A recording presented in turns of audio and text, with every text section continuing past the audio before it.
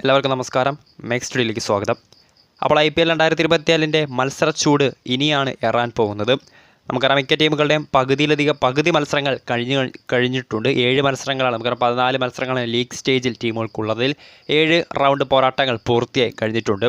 So ഈ ഒരു സാഹചര്യത്തിൽ ഓരോ ടീമിനെ സംബന്ധിച്ചും ഇനി അവശേഷിക്കുന്ന മത്സരങ്ങളിൽ എത്ര വീതം വിജയം നേടിയാൽ അവർക്ക് ആ ഒരു പ്ലേ ഓഫിൻ്റെ ഒരു കട്ട് ഓഫ് ആയിട്ടുള്ള 16 പോയിൻ്റ് നേടിക്കൊണ്ട് പ്ലേ ഓഫിന് ക്വാളിഫൈ ചെയ്യാൻ സാധിക്കും. ഒരുപക്ഷെ 16 കഴിഞ്ഞുള്ള പോയിന്റുകൾ ടീമുകളെ സംബന്ധിച്ച് അത്യാവശ്യമാണ്. കാരണം കഴിഞ്ഞ സീസണിലേക്ക് നമ്മൾ പലതവണ കണ്ട കാര്യമായിരുന്നു. പക്ഷേ മിനിമം കട്ട് ഓഫ് 16 മാർക്ക് നോക്കുകയാണെങ്കിൽ ടീമുകളെ സംബന്ധിച്ച് ഇനിയുള്ള അവശേഷിക്കുന്ന പോരാട്ടങ്ങളിൽ എത്ര വീതം വിജയം അവർക്ക് നേടണം. ടോപ്പിൽ നിൽക്കുന്ന രാജസ്ഥാൻ റോയൽസ് ശരിക്കും പ്ലേ ഓഫ് ഏതാണ്ട് ഉറപ്പിച്ച ഒരു ഘട്ടത്തിൽ തന്നെയാണ് സഞ്ജു സാംസന്റെ സംഘം. 7 മത്സരങ്ങൾ കഴിഞ്ഞപ്പോൾ ടേബിൾ ടോപ്പേഴ്സ് 12 പോയിൻറ്റുമായി രണ്ടാമതുള്ള KKRനേക്കാൾ 4 പോയിൻറ്റ് കൂടുതലാണ് രാജസ്ഥാനുള്ളത്. സോ ആറാറിനെ സംബന്ധിച്ച് ഇനിയുള്ള 7 മത്സരങ്ങളിൽ 2 വിജയം നേടിയാൽ അവർക്ക് ആ ഒരു പ്ലേ ഓഫിൻ്റെ ഒരു അൺഒഫീഷ്യൽ കട്ട് ഓഫ് ആയിട്ടുള്ള 16 പോയിൻറ്റ് നേടിക്കൊണ്ട് പ്ലേ ഓഫിന് ക്വാളിഫൈ ചെയ്യാൻ സാധിക്കും. കഴിഞ്ഞ സീസണിലും പ്ലേ ഓഫിന് തൊട്ടരികെ എത്തിയപ്പോഴായിരുന്നു ആർ പ്ലേ ഓഫിൽ നിന്ന് പുറത്തായി മടങ്ങിയത്. സോ ഇത്തവണ അത് ആവർത്തിക്കാതിരിക്കട്ടെ. രണ്ടാം സ്ഥാനത്തുള്ള കൊൽക്കത്ത നൈറ്റ് റൈഡേഴ്സിന് ഇനി 8 മത്സരങ്ങൾ അവശേഷിക്കുന്നുണ്ട്. 4 വിജയങ്ങൾ നേടിയാൽ KKRന് പ്ലേ ഓഫിന് ക്വാളിഫൈ ചെയ്യാം. മൂന്നാമതുള്ള സൺറൈസേഴ്സ് ഹൈദരാബാദിനെ സംബന്ധിച്ച് 8 മത്സരങ്ങളിൽ KKRനെ പോലെ തന്നെ 4 വിജയം അവർക്കും ആവശ്യമുണ്ട്. 4ാം സ്ഥാനത്തുള്ള ചെന്നൈ സൂപ്പർ കിങ്സ് അവർ കഴിഞ്ഞ മത്സരത്തിൽ LSGയോട് അവർ പരാജയപ്പെട്ടിരുന്നു. 8 പോയിൻ്റാണ് CSKയ്ക്കും ഉള്ളത്. പക്ഷേ അവശേഷിക്കുന്ന 7 മത്സരങ്ങളിൽ 4 വിജയം നേടുകയാണെങ്കിൽ CSKയ്ക്കും ആ ഒരു പ്ലേ ഓഫ് കട്ട് ഓഫ് എന്ന 16 പോയിൻ്റ് കടന്ന് പ്ലേ ഓഫിലേക്ക് എത്താൻ സാധിക്കും. ബോട്ടം 6ലേക്ക് വരുവാണെങ്കിൽ ലക്നൗ സൂപ്പർ ജയൻസാണ് 5ാം സ്ഥാനത്ത്. 7 മത്സരങ്ങളിൽ 4 വിജയം നേടിയാൽ 10 പോയിൻ്റ് നിലവിലുള്ള 8 പോയിൻ്റ് നിലവിലുള്ള LSGക്ക് പ്ലേ ഓഫിന് ക്വാളിഫൈ ചെയ്യാൻ സാധിക്കും.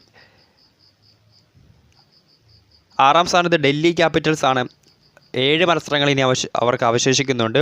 6 പോയിൻ്റാണ് നിലവിൽ DCക്കുള്ളത്. അതിൽ 5 വിജയം നേടി 5 മത്സരങ്ങളിൽ വിജയിച്ചാൽ 7 മത്സരങ്ങളിൽ 5 മത്സരങ്ങൾ വിജയിച്ചാൽ ഡൽഹി ക്യാപിറ്റൽസിന് പ്ലേ ഓഫിന് ക്വാളിഫൈ ചെയ്യാൻ സാധിക്കും.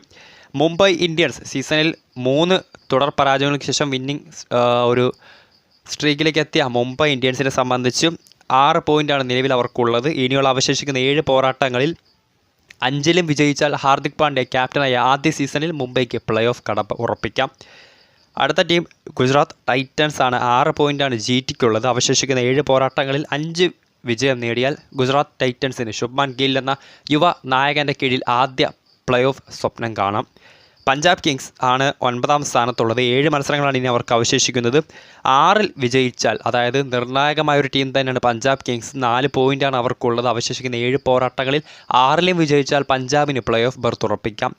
ടോപ്പ് 10ലെ അവസാന ടീം റോയൽ ചലഞ്ചേഴ്സ് ബംഗളൂരു.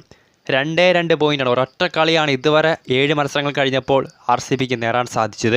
അവശേഷിക്കുന്ന 7 മത്സരങ്ങളിൽ 7ലും വിജയിച്ചാൽ മാത്രമേ പ്ലേ ഓഫ് ബർത്ത് RCB സംബന്ധിച്ച് അല്പമെങ്കിലും സാധ്യമാകൂ.